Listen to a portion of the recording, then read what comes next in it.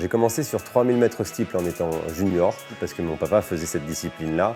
Et du coup, sur ma première compétition, je réalise directement les minima pour les championnats du monde junior. Et je me découvre être un bon coureur de 1500 mètres. Je fais les Jeux de Londres 2012 sur 1500 mètres. Donc 2008-2012 sur 1500 mètres, 2012-2016 sur 3000 mètres steeple. Et du coup, nouveau challenge aujourd'hui avec le semi-marathon et le marathon et en ligne de mire, les Jeux Olympiques de Paris 2024 sur marathon. J'ai un petit garçon qui va avoir 3 ans et une fille qui a 6 ans. Déjà l'athlétisme c'est un sport psychomoteur par excellence de développement pour les enfants. J'espère qu'ils feront un petit peu d'athlétisme en étant vers les 7-8 ans, l'âge de début de ce sport. D'être investi dans le sport, pour moi, je trouve ça tellement beau dans la vie. Je fais peut-être le sport le plus dur au monde parce que tu cours contre des gens qui courent pour survivre. En Afrique, les sportifs, ils courent pour survivre, sinon ils n'ont rien. J'ai la chance d'y avoir été plus de 15 fois au Kenya, j'en rentre là d'un récent voyage, donc je sais de quoi je parle et à chaque fois j'ai un retour à l'humain qui est quand même énorme et extraordinaire. Donc on est sur la même ligne de départ, moi je cours pour mes enfants, ma famille, pour moi.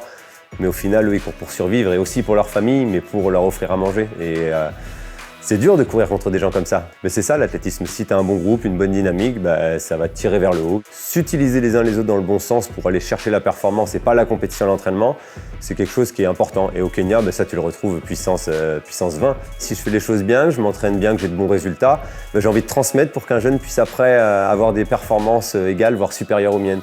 Les records sont faits pour être battus. Et voilà, on n'a qu'une vie et on finira tous au même endroit. Donc au final, autant s'aider les uns les autres et essayer de profiter au maximum et de la vivre correctement, cette vie. Je suis très attaché aux valeurs locales. Ça fait aujourd'hui plus de 16 ans que je suis sportif de haut niveau et je suis toujours dans le même club, à Périgueux. Donc ça montre mon attachement au territoire, j'ai des valeurs fortes. C'est vrai que c'est une philosophie de vie et du coup c'est un peu pareil avec le Crédit Agricole. On retourne encore une fois dans la même dynamique positive et humaine, donc vraiment très satisfait de celle-ci. Aujourd'hui tous mes partenariats sont basés avant tout sur une aventure, sur une rencontre humaine avant un aspect contrat, un aspect financier. C'est pas un sens unique où la personne et le sportif reçoit des dons, des dotations ou des contrats financiers et puis il n'y a pas de retour. Non, c'est une collaboration gagnante-gagnante. Il y a des petits posts sur les réseaux sociaux qui sont relayés par la page Crédit Agricole Charente-Périgord et pour moi ça s'est gagné parce que c'est ce que je recherche avant toute chose.